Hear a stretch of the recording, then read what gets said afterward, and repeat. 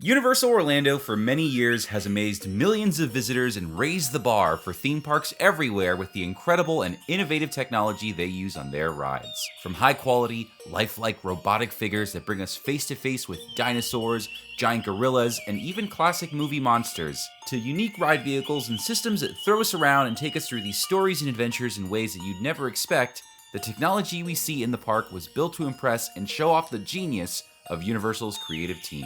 But what about the technology that's equally as impressive that they're not trying to show you? In this video, I want to share with you guys the hidden technology of some of Universal Orlando's most popular rides. These are essential pieces to these rides experiences that you probably never even think about while you're riding, or maybe didn't even notice.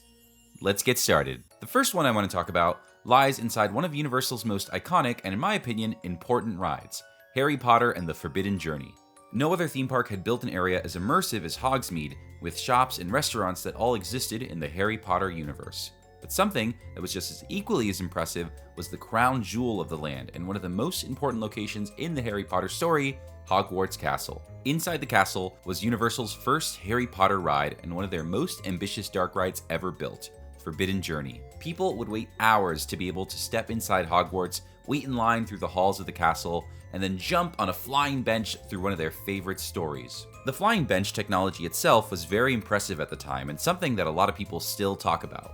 For a while, it was a bit of a mystery how Universal was able to have us soar above Hogwarts, but now we know the answer, with giant mechanical arms. RoboCoaster is a ride design firm that partnered with KUKA Robotics, which is a manufacturer of industrial robots normally used for warehouse work and car assembly lines. They also partnered with Dynamic Attractions, a ride fabrication company, to create the moving KUKA Arm ride vehicle for the Harry Potter ride. The KUKA Arm had been used for rides before, at places like Legoland for a ride called Knight's Tournament, and even at Epcot for the Sum of All Thrills. But this was the first time we were getting one moving on a track. With ease, riders were whisked away Hogwarts Castle, the Forbidden Forest, and the Chamber of Secrets through some impressive physical sets with giant in-your-face animatronics. But some of the most memorable scenes on this ride happen in screen form, where you're being chased by a dragon or flying under the rafters of a Quidditch field. This is done in domed screens, where you jump from the physical set into one of these domes and fly straight into the action, fully immersed into what's happening on the screen. A lot of people, for some reason, can't pick up on what's happening during these parts of the ride and think that the ride vehicle simply stops in front of a screen, like a lot of other rides. But there's actually a lot more going on here than you'd imagine. The first thing to note about Forbidden Journey is that the ride never stops moving. Like the Haunted Mansion at Disney World, FJ is a continuously moving attraction. That's why when you get on this ride, you step onto a moving walkway. So because of that, there's not really any moments where the vehicle can stop moving. So to put you in front of and keep you in front of a screen, Universal created the carousel. At 3 points during Forbidden Journey, riders enter a screen carousel where riders come from one side, sync up with the screen and projection, move around a little bit, and then separate from the carousel as the same screen goes in a big circle and gets ready to catch the next ride vehicle.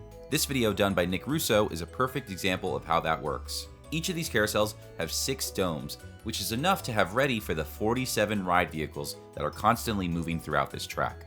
If you're sitting dead center on the ride, you'll never notice this, but if you sit on the sides and look out, you're able to see them better. Even though you're actually moving sideways, the movement of the ride and the size of the screen can easily convince riders that they are either moving forward with the screen or not moving at all. I also think this is the #1 reason people get sick on this ride, but that's a topic for another day. Forbidden Journey and the rides in the Wizarding World of Harry Potter have a lot to be proud of in the world of theme park innovation, but sometimes it's the unsung heroes like a domed screen carousel that literally keep things moving at Universal. Another very popular ride is over at Universal Studios Florida, and that's Transformers The Ride 3D, which, believe it or not, there are now 4 different versions of the Transformers ride all around the world. The first was at Universal Studios Singapore in 2011, then Hollywood in 2012, Florida in 2013, and most recently at Universal Studios Beijing in 2021. And the ride experience throughout all these different versions is basically the same. It's a lot like its predecessor, The Amazing Adventures of Spider-Man,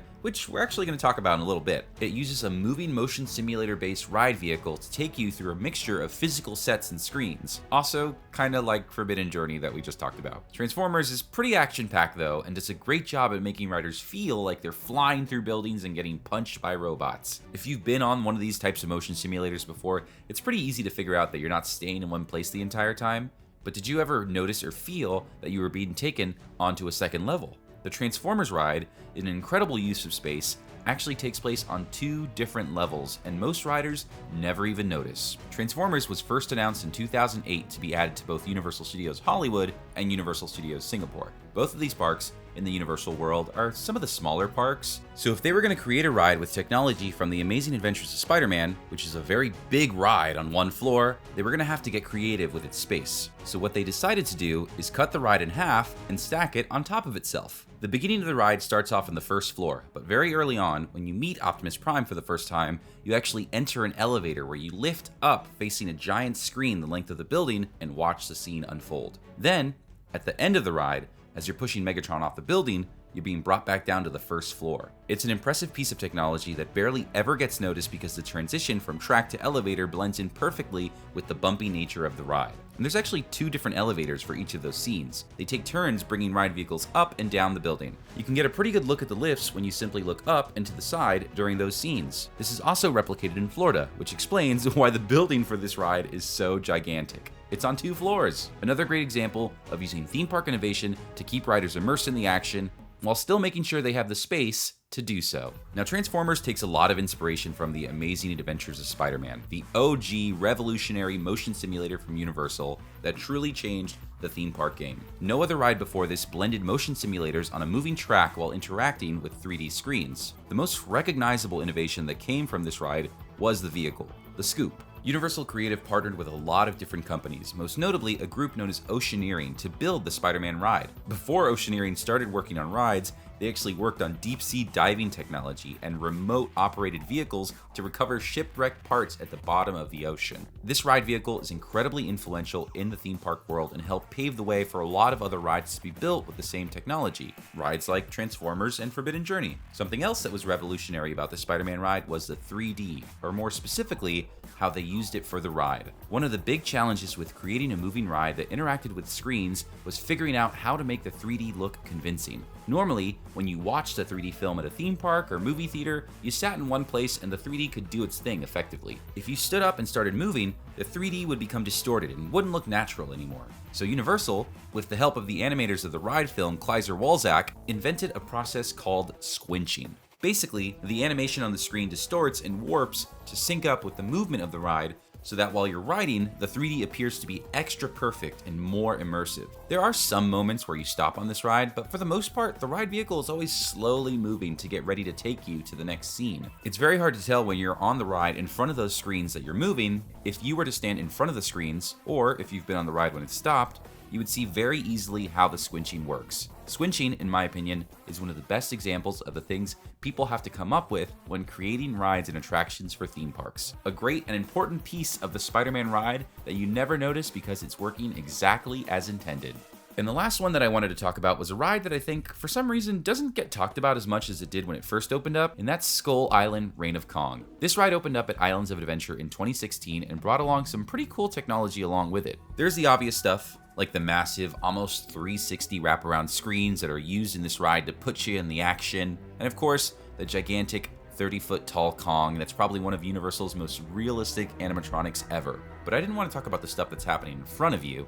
Instead, I wanted to talk about the stuff that's happening under you. Kong is a trackless dark ride, one of the only 2 at any Universal theme park. The other is Fast and Furious, which we're not going to talk about in this video. But Fast and Kong both use the same technology to take people through their ride. Now, I'm going to be honest with you, I saved this one for last because I have the hardest time trying to explain how a trackless ride works, and it's hard to find proper documentation on it. But the way that I understand it is that there are magnets on the ground that guide vehicles using RFIDs and Wi-Fi technology throughout the ride path. One of the earliest examples of this being used in a major way is Pooh's Honey Hunt at Tokyo Disney, which opened in 2000.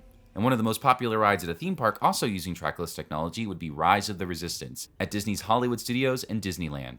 RFIDs on the ground check in and guide the ride vehicle, which has a reader built in to get around where it needs to go. And usually trackless rides like Pooh's Honey Hunt or Rise of the Resistance are in smaller vehicles that can hold 4 or 8 riders. Kong is a very different story, with a ride vehicle that can hold up to 72 guests. It's huge, and it has to hit some pretty tight corners to get around the show building. So the trucks actually have front and rear wheel steering, which allows the front and back wheels to operate independently to get the RV through. This is also known as crab steering because the vehicles can scooch side to side like a crab. With crab steering and RFID technology, the Skull Island trucks can take guests around Skull Island and make guests feel like they're being bumped around on an off-road adventure. But what happens if the ride needs to change its course? Skull Island also has another unique element to it, which is that the ride can actually change depending on the weather. Normally at Universal, if there's lightning or a bad storm, all the outdoor rides in the park will close. That includes Reign of Kong, because the first scene of the ride involves going outdoors. What they're able to do is actually change the course of the trackless ride vehicles so that the ride skips the entire outdoor portion and starts at the scene with the Kong skeleton. This allows the ride to be open during inclement weather, which is great because Islands of Adventure is a park that doesn't really have much to do when it rains. So if you've ever been on Skull Island and felt like the ride was a little different the last time you rode it,